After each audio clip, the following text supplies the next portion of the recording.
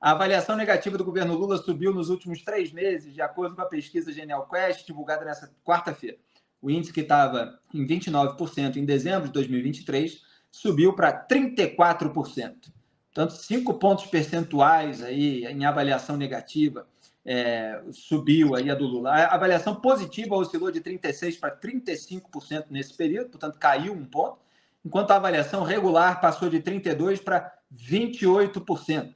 Portanto, perdeu aí 4 pontos de regular também. O que aumentou mesmo foi a linhazinha vermelha que vocês estão vendo aí na tela, que é a desaprovação, a avaliação negativa. Apenas 3% não responderam, não souberam responder. Foram 2.000 pessoas entrevistadas entre 25 e 27 de fevereiro.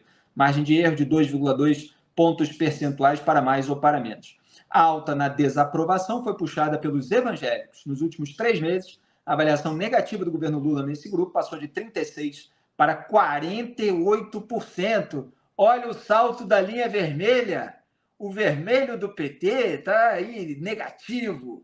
O salto da linha vermelha é um salto de 12 pontos. 12 pontos para cima em matéria de avaliação negativa. Ou seja, na prática, são 12 pontos que o sujeito perde, né? Mas é que aí na figura é uma linhazinha que vai crescendo. A pesquisa também aponta que 62% dos evangélicos desaprovam o trabalho do governo Lula. 62% dos evangélicos desaprovam o governo Lula. Em dezembro de 23 eram 58%. Portanto, em 3 meses, perdeu aí 4 pontos no total no segmento evangélico em termos de desaprovação geral. A gente separou também uma declaração do Felipe Nunes, meu xará, diretor da Quest, que destaca outro recorte importante. Abre aspas. A reação às falas de Lula, comparando o que acontece em Gaza com o que aconteceu na Segunda Guerra Mundial, o Holocausto judeu, né? Vamos ser mais específicos, parece dar boas pistas para explicar essa queda na avaliação do governo entre os evangélicos. Como já mostrado, 60% dos brasileiros consideram que Lula exagerou na comparação. Fecha aspas. Está aí o diretor da pesquisa confirmando aqui as nossas análises, a pesquisa, os números, mostrando que isso repercutiria mal, que desgastaria. Então, volto a dizer, fala mais, Lula. Vai nessa. Lula exagerou na avaliação de 43% do seu próprio eleitorado, né? Portanto, daqueles que votam no Lula, 43% acham que ele exagerou.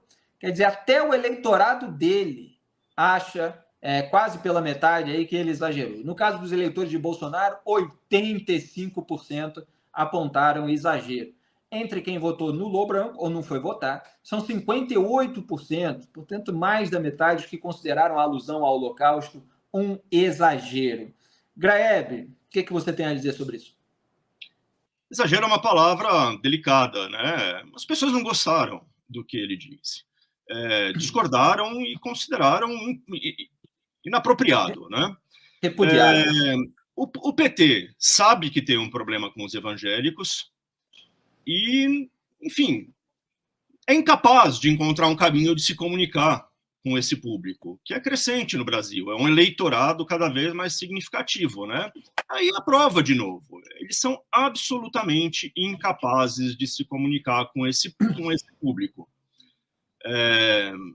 E também não vejo qual benefício o Lula extraiu dessa insistência na insanidade de comparar o Hamas com a guerra em Gaza com o Holocausto. Não extraiu nenhuma espécie de benefício, só na fantasia dele mesmo, que diz que um dia a história vai lhe dar razão e tudo mais.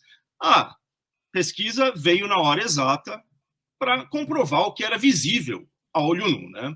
Eu só queria chamar a atenção, Felipe, sobre essa pesquisa, porque ela também traz dados importantes sobre a maneira como as pessoas... Não sei se a gente vai falar disso, economia. Fica à vontade. A pesquisa traz dados importantes a respeito da economia e mostra que mesmo quem votou no Lula no segundo turno das eleições, em 2022, está desanimado com a economia. E, sobretudo, neste mês passado, sentiu que a economia piorou. E, de fato, o brasileiro com a renda mais baixa, brasileiro comum, ela piorou mesmo. Por quê? Teve uma piora na inflação dos alimentos. Os alimentos estão pesando mais na vida das pessoas. Então, isso não é culpa estritamente do governo, tem questões sazonais envolvidas nisso, tem questões de safra, né?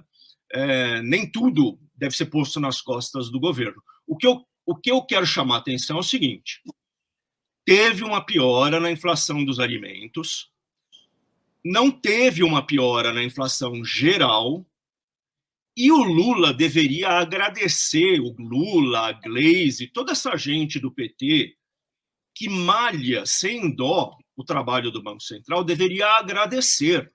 Claro. Porque se tivesse uma piora em outros produtos, né, outros grupos ali de produtos e elementos que são medidos pela inflação, a avaliação estaria mais no chão ainda. Isso não aconteceu por causa da política de juros tão demonizada do Banco Central. Então, se essa inflação de alimentos já deixou o humor das pessoas extremamente ruim em relação ao governo, imagine se isso tivesse se disseminado por toda a economia. Então, eles deviam ter a honestidade, a hombridade, a dignidade de agradecer ao Banco Central, que é o responsável por impedir que isso aconteça. Agora, assim como nunca pede desculpas, o PT também nunca agradece a ninguém, né? É um partido absolutamente autossuficiente. O que não fui eu que fiz não vale nada. Então, vai em frente. Graeb, sabe qual foi o título que eu coloquei aqui num corte do Papo Antagonista nosso, de 19 de junho de 2023? O quê? Quantos meses tem? Julho, agosto, setembro, outubro, novembro, dezembro, janeiro, fevereiro, março. 9 meses. 9 meses. Sabe qual foi o título do corte? Não. Lula deveria agradecer a Roberto Campos Neto. Bingo. Pode botar aqui na busca do YouTube. Lula deveria agradecer a Roberto Campos Neto, que é o presidente do Banco Central, que você vai encontrar esse corte do Papo Antagonista. E a realidade, ela se impõe, ela vai mostrando que as nossas análises aqui na Raiz estão corretas. Mas o Lula nunca vai dar o braço a torcer, não deu, ao comparar a reação militar de Israel com o Holocausto, não é o Roberto Campos Neto do Banco Central que ele vai dar.